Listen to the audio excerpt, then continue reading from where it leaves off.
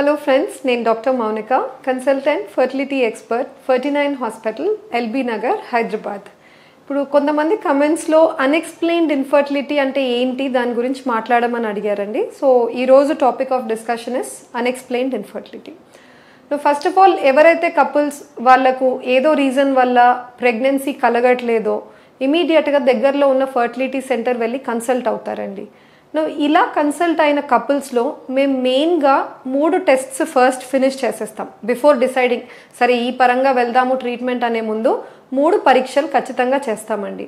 అవి ఏంటి అంటే నంబర్ 1 భర్తలో వీర్య కణాల పరీక్ష, నంబర్ 2 వైఫ్కి ఒక scan period 2nd or 3rd డేలో, దీన్ని బేస్ లైన్ స్కాన్ అంటాం.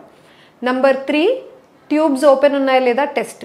ఈ 3 ఫ్యాక్టర్స్ ఖచ్చితంగా వైఫ్ అండ్ హస్బెండ్లో పూర్తయిన తర్వాత వాళ్ళకు అవును ఇలా ప్రాబ్లం ఉంది లేదా ఇలాంటి ప్రాబ్లం ఉంది, ఇలాంటి ట్రీట్మెంట్ వెళ్తే ఇంత మాత్రం సక్సెస్ రేట్ ఉండొచ్చు, ఇవన్నీ డిస్కషన్ అనేది జరుగుతుంది. 30 to 40% ఆఫ్ ద కపుల్స్లో, అంటే ఇది రేర్ సిచ్యువేషన్ కాదండి, ఇంచుమించు మాకు ఓపీలో కపుల్స్ ఎవరైతే వస్తున్నారో 30 నుంచి 40% కేసుల్లో ఈ 3 టెస్టులు కూడా బాగానే ఉంటాయి. స్కాన్లో గర్భసంచి అండాశయాల గుడ్ల సంఖ్య బాగుంది, ఆ నెలలో ఫాలో అయినప్పుడు కరెక్ట్గా గుడ్డు పెరిగి విడుదలవుతుంది, ట్యూబ్స్ టెస్ట్ చేసినప్పుడు 2 వైపులా ట్యూబ్స్ ఓపెన్ ఉన్నాయన్నది తేలుతుంది, అండ్ భర్తలో కూడా వీర్య కణాల పరీక్ష కూడా నంబర్ కదలిక అవన్నీ కూడా నార్మల్ రేంజెస్లో వస్తాయి. ఈ 3 ఆస్పెక్ట్స్ బాగున్నప్పటికీ వాళ్ళకు ట్యాబ్లెట్లతో ట్రై చేసినా కావట్లేదు, లేదా ఈవెన్ వేరే ట్రీట్మెంట్స్కి వెళ్ళినా కూడా ప్రెగ్నెన్సీ అన్నది కలగట్లేదు, వీళ్ళని మనం అన్ఎక్స్ప్లెయిన్డ్ ఇన్ఫర్టిలిటీ అంటాం. ఎన్నో సంవత్సరాలుగా రీసెర్చ్ జరుగుతూనే ఉందండి. అంటే ఈ అన్ఎక్స్ప్లెయిన్డ్ ఇన్ఫర్టిలిటీ ప్రాబ్లం లేదా ప్రాబ్లం ఉండి మనం దాన్ని డిటెక్ట్ చేయలేకపోతున్నామా. నా రీజన్ ప్రాబ్లం లేదు అని కాదండి, ఖచ్చితంగా వీళ్ళలో ఎక్కడో ఇష్యూ ఉంది, కానీ మనం చేస్తున్న ఈ బేసిక్ టెస్ట్స్లో ఆ ప్రాబ్లం అనేది బయటపడట్లేదు. ఇవాళ నేను ఏవేవి ఆ ప్రాబ్లమ్స్ అయి ఉండొచ్చు అన్నవి కొన్ని లిస్ట్ చేస్తాను. ఫర్ ఎగ్జాంపుల్ స్కాన్లో మనము గర్భసంచి అండాశయాలు చూస్తాము. అండాశయంలో మేము ఎప్పుడు చెప్పేది ఏంటంటే ఇన్ని గుడ్లు రైట్లో కనపడుతున్నాయండి, ఇన్ని లెఫ్ట్లో కనపడుతున్నాయి, గుడ్డు ఇంత సైజు ఉంది ఈరోజు, రేపు విడుదల అయ్యేలాగుంది, ఇలా మాట్లాడుతూ ఉంటాం డాక్టర్స్. అంత మాత్రాన మాకు స్కాన్లో కనపడేది గుడ్డు కాదండి, అది ఫాలికల్, గుడ్డు కూర్చొని ఉన్న బ్యాగ్, బయట బ్యాగ్ మాత్రమే మనం స్కాన్లో కనపడుతుంది. సో ఆ బ్యాగ్ లోపల గుడ్డు ఉందా లేదా, ఆ గుడ్డు క్వాలిటీ ఎలా ఉంది అన్నది ఎవరు చూడలేరు. రేపు మీకు ఎగ్ రిలీజ్ అయింది అని అంటాం, ఎగ్ రిలీజ్ అయిన టైంలో భర్త భార్య కలిసి ట్రై చేయండి అని అంటాం. బట్ ఆ విడుదలైన గుడ్డు మీకు బాడీలో పడిపోయిందా, కరెక్ట్గా ఆ పక్కన ఉన్న ట్యూబ్ లోపలికి ఎంటర్ అవ్వగలిగిందా, ఇవన్నీ ఫీచర్స్ మనం చూడలేము.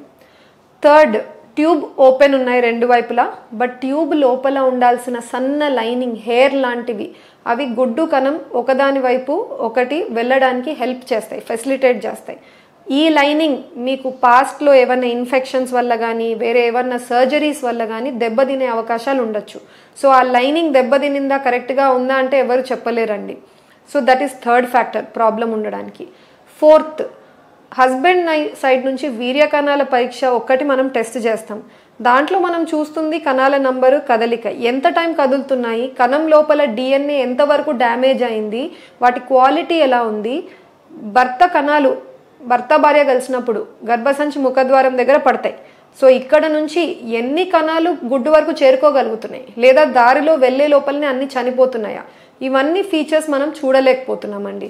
అందుకనే ఇవన్నీ ఫీచర్స్ని మనము అన్ఎక్స్ప్లెయిన్డ్ ఇన్ఫర్టిలిటీ కింద మనం దాన్ని కేటగరైజ్ చేస్తాం. అంటే ప్రాబ్లం ఉంది కానీ బేసిక్ టెస్ట్స్ ప్రాబ్లం లేవు.